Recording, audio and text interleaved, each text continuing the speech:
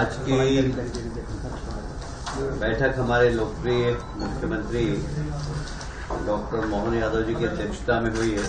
माननीय मुख्यमंत्री जी ने निर्देश दिए कि गुरु पूर्णिमा उत्सव जो है, हमने कुलपति को कुल गुरु की घोषणा की, तो हमें उन विधिवत तरीके से शिक्षकों का सम्मान करना चाहिए। एक बहुत अच्छा अभियान राजस्व का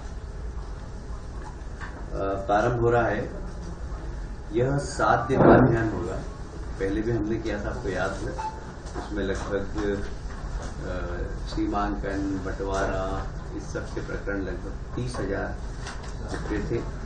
यह भी फिर से 7 दिन का एक अभियान चलेगा, जिसमें हमारे किसान भाइयों के जितने भी पेंडिंग सीमांकन के काम हैं या बंटवारे के काम हैं, वो सारे निपट जाएं।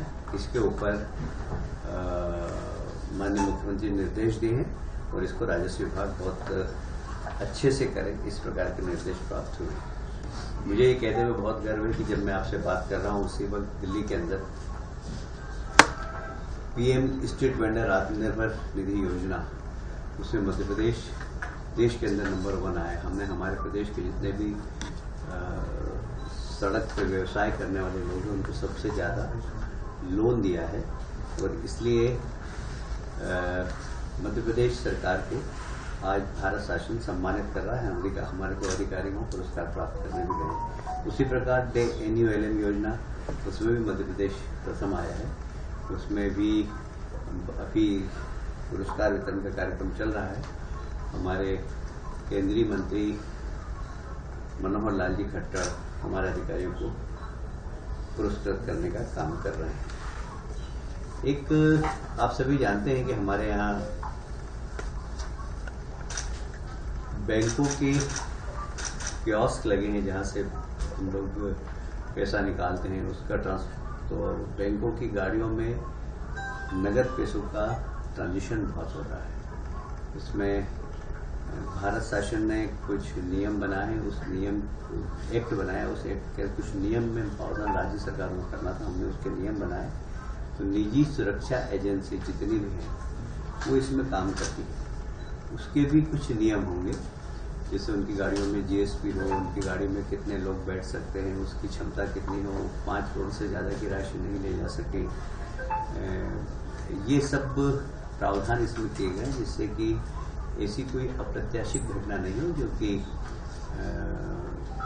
लूटने जैसी जो घटनाएं हो जाती है इस प्रकार के वाहनों के साथ।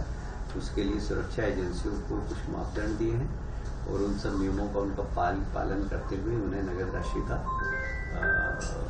एक स्थान से दूसरे स्थान पर ले जाने का अधिकार होगा। इसका रोकड़ परिवहन कार्यकलापों के लिए निजी सुरक्षा नियम 2024 आज उसकी अधिसूचना जारी की गई है।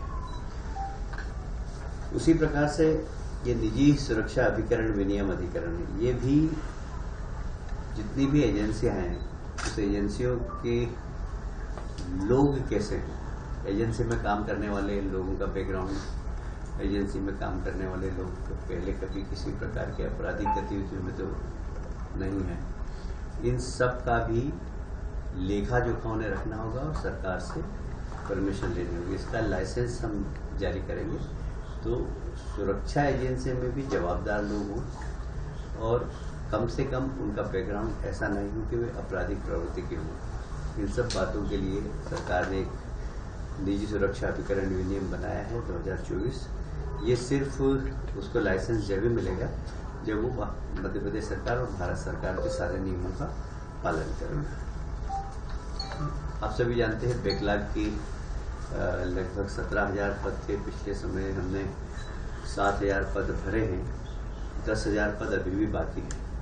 एक वर्ष की अवधि इसकी बढ़ाई गई है। 1 वर्ष में हम कोशिश करेंगे कि ज़्यादा से ज़्यादा योग्य उम्मीदवार इसमें मिल जाए और जितने भी बैकलॉग के पद हैं वो भर जाएं। साल भर के अंदर इसका हम प्रयास करेंगे। ये बहुत एक महत्वपूर्ण विषय है। आप सभी जानते हैं कि माननीय लोकप्रिय मुख्यमंत्री डॉक्टर मोहन यादव जी ने जल गंगा अभियान के अंतर्गत जितनी भी प्रदेश के अंदर वाटर बॉडीज हैं उनको संरक्षित करना, उनका जीर्णोद्धार करना एक कार्यक्रम हाथ में लिया था। और उसमें मध्य प्रदेश के अंदर जितनी भी वाटर बॉडीज थी, नदियाँ थी, उनका सफाई, कुओं का, बावड़ी का पुनर्जीवन करना, इस पे काफ़ी काम हुआ है। अभी हमारे यहाँ सिर्फ मध्य प्रदेश में 4 वेटलैंड हैं।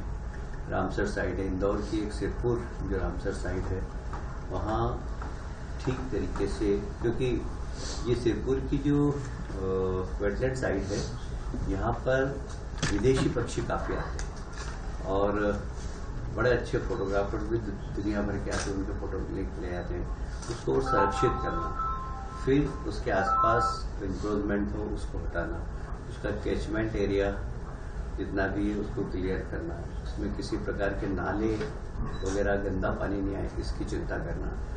वैसे वहाँ पर जो तालाब का सोर्स है वो बरसात का पानी है और सुखनिवास जो नदी है उसका एक्सेस पानी उसमें आता है, जिसके कारण उस सिरपुर तालाब में पानी 12 महीने रहता है। पर यह अमृत सरोवर को हम ठीक तरीके से और सजाएं, संवारें, वहाँ हरियाली लगाएं, वहाँ वृक्षारोपण करें और उसको कैसे अच्छा पर्यावरण के हिसाब से भी और पर्यटन के हिसाब से भी इसका विकास कर सकें, इसके लिए शासन ने इंदौर नगर निगम को लगभग 6,195 लाख का एक योजना देने का निर्णय लिया गया, जिसमें 40% राशि राज्य शासन की है। केंद्रीय पर्यावरण विभाग ने हमें राशि दी। जी,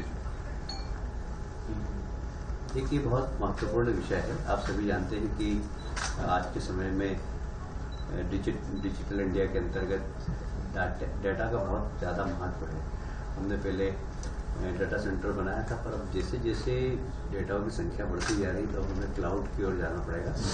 तो क्लाउड के लिए निश्चित रूप से सरकार के बस की बात नहीं होती कि क्लाउड को बना सके, और तो हम कुछ इम्प्लीमेंट करेंगे IT कंपनियों को, जिससे कि वो अच्छा क्लाउड बनाए। इसमें हम थर्ड पार्टी क्लाउड इम्प्लीमेंट करेंगे। के लिए हम लोग एक कमेटी बनाएंगे जिसमें उच्च स्तर के अधिकारी होंगे कि हमारे डाटा के साथ कुछ छेड़छाड़ नहीं कर सके। आप सभी जानते हैं कि प्रधानमंत्री जी का एक बहुत महत्वपूर्ण है कि एक व्यक्ति एक राशन कार्ड, और वह राशन कार्ड कहाँ पर भी जाए वो चले। इसके लिए बहुत ज़रूरी है कि इसको स्मार्ट PDS सिस्टम हम बनाएं, क्योंकि इसमें डुप्लीकेशन भी बहुत हो रही है आजकल। काफ़ी लोग पकड़े हैं कि इस वार्ड में भी उसका कार्ड है, इस वार्ड में भी उसका कार्ड है, तो ऐसी डुप्लीकेसी भी नहीं हो और सही व्यक्ति को उसका हक मिले। इसके लिए स्मार्ट PDS सिस्टम हम बना रहे हैं और उसके लिए केंद्र सरकार का सहयोग है। केंद्र सरकार ने हमें उसमें राशि दी है, उसमें मैचिंग ग्रांट राज्य सरकार की है। यह स्मार्ट PDS सिस्टम के माध्यम से जो डिस्ट्रीब्यूशन सिस्टम है उसमें किसी भी प्रकार की अनियमितता नहीं है, इसकी हम लोग चिंता करेंगे। ये एक बड़ा महत्वपूर्ण मुद्दा है। हालांकि इसमें अनुसमर्थन का था। राज्य शासन के जितने भी कर्मचारी हैं उनका महंगाई भत्ता 1 जुलाई 2023 से बढ़ाया था। इसमें मुख्य बात ये थी कि इस बार हमेशा जो रिटायर्ड कर्मचारी हैं उनका भी बढ़ाया गया है, तो इसका अनुसमर्थन का विषय। बाकी इससे कर्मचारियों में काफ़ी संतोष है। जो हमारी प्राथमिक सहकारी साख संस्था होती है 1 साल के लिए 0% ब्याज पर किसानों को पैसा देती है। साधारणतः उसकी डेट हमने 1 महीने और बढ़ाई है।